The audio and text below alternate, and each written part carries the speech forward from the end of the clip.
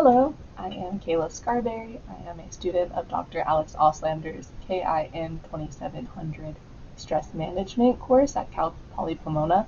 Today I will be talking to you about mindfulness for college students. First, this presentation is aimed towards college students, either undergraduate or graduate.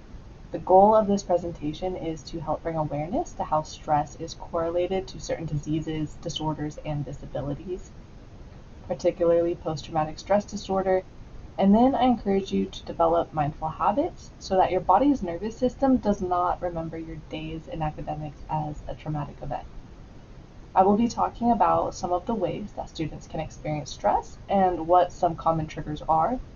Then we will go over stress management through mindfulness. I don't expect there to be much new information in this section, but I still hope you benefit from listening either way. Then I will go over some habit suggestions tailored specifically for college students. Lastly, I want to do a short mindfulness activity with you.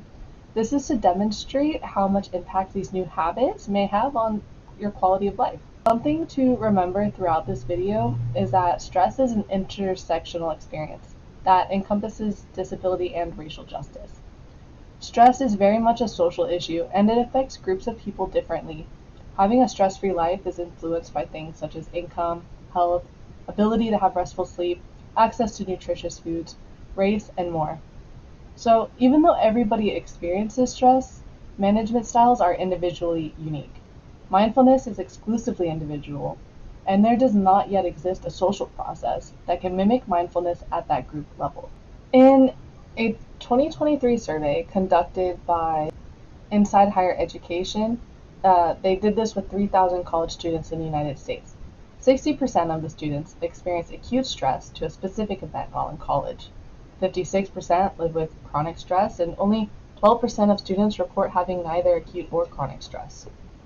The students surveyed include students with physical disabilities and/or chronic illnesses. And 78% of the chronically stressed students say that they have experienced mental health conditions because of the stress. According to the World Health Organization, some disabilities specifically known to be associated with stress are post-traumatic stress disorder, complex PTSD, and adjustment disorder. Okay, so why are students so stressed? Well, according to Lazarus and Folkman's cognitive appraisal theory of stress, psychological stress can happen when someone perceives their environmental demands as a threat. This is where you see the fight or flight response come into play. Stress is inherent to academic life. Students are more likely to be faced with financial challenges as well. Certain mental health conditions, such as bipolar disorder, do not manifest until typically college age either, and they are usually exacerbated by the pressures of getting good grades. The threatening environments of academics can feel like competing for grades, competing for a spot on a research project, passing classes, and not having to change majors, sacrificing family responsibilities for academic ones, competing for jobs, and putting your health on hold in order to meet deadlines. Students are a population of people that are often lacking basic needs such as physical safety, food, housing, social support, health care, and financial stability. When you don't have your needs fulfilled and additionally faced with the pressures of being a student, that's how your body is subjected to chronic stress. After a fight or flight response, the stress is supposed to dissipate, but what if it doesn't? According to Francine Tone in her article, How to Deal with Stress, Even Without Meditation, this repeated and constant exposure to triggering situations releases cortisol into your body.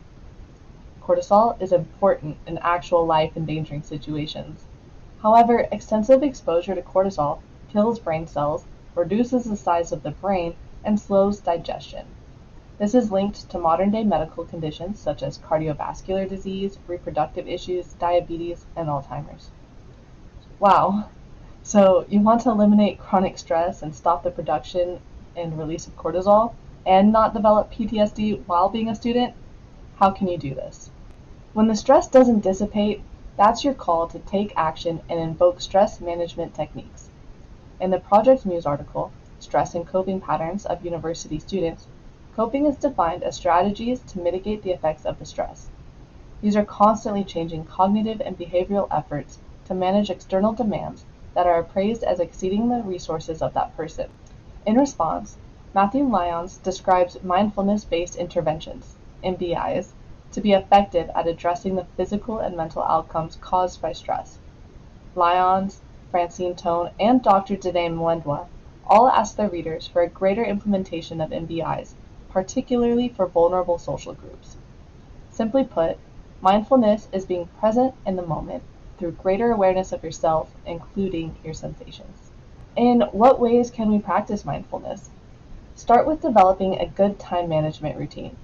Set aside time every day to prioritize. This can be a list, a journal, a voice note, a mental checklist, etc. This is fundamental for your success as a student. This is a low-effort way to help prevent feelings of inadequacy or failure due to missing important deadlines, events, and even class times. You can avoid stress just by being proactive with organization. The mindfulness in this task comes from being intentional about how you wish to use your time throughout the day. I personally use block scheduling and a journal for time management. Another thing to understand is that your brain tends to resort to past feelings and actions taken in response to those feelings, because it learned that response was appropriate enough to keep you alive.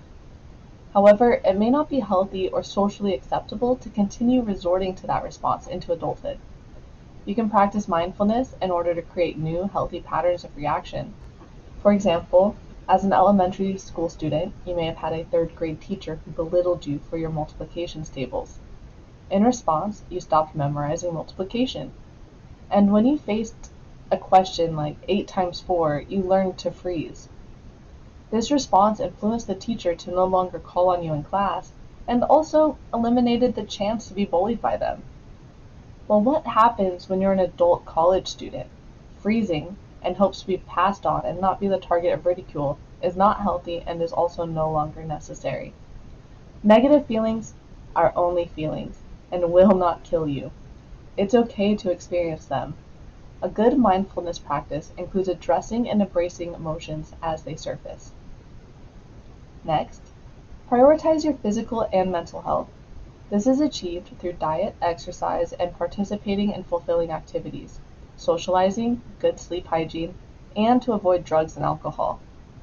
As reported by Heather Bildens, alcohol users and smokers typically do not practice mindfulness.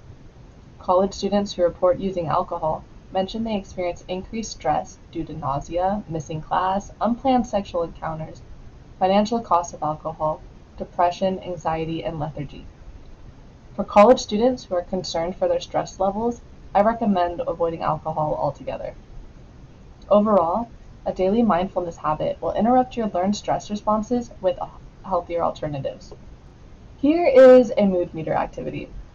I am going to ask you to assess your feelings, and then we're going to do a 4-7-8 breathing activity together.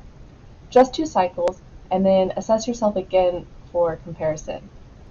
Go ahead and check in with yourself at this moment. Ask your mind and body, what is my emotional state? Am I feeling up or down? Am I pleasant or unpleasant? Am I feeling energized or depleted? Where do you land on this chart? So now, we're going to follow along with this animation for 2 cycles. Okay? Breathe in. And hold.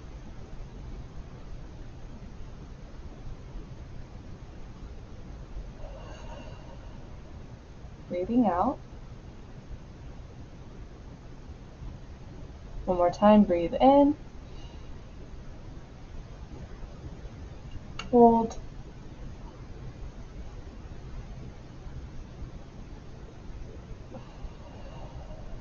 And breathe out. Okay. So, checking in again, ask yourself these same questions. Am I feeling up or down? Am I feeling pleasant or unpleasant? Am I feeling energized or depleted? And now I'm curious, do you feel any different? Do you feel the same? Or are you surprised? The cool thing about this breathing activity is that it's accessible for everyone who can count their breaths. You don't need any special equipment or a location to practice a moment of mindfulness. Go ahead and reach into your toolkit and use this counted breath exercise whenever you're feeling uncomfortable sensations of stress, and to help you navigate and learn healthy coping strategies.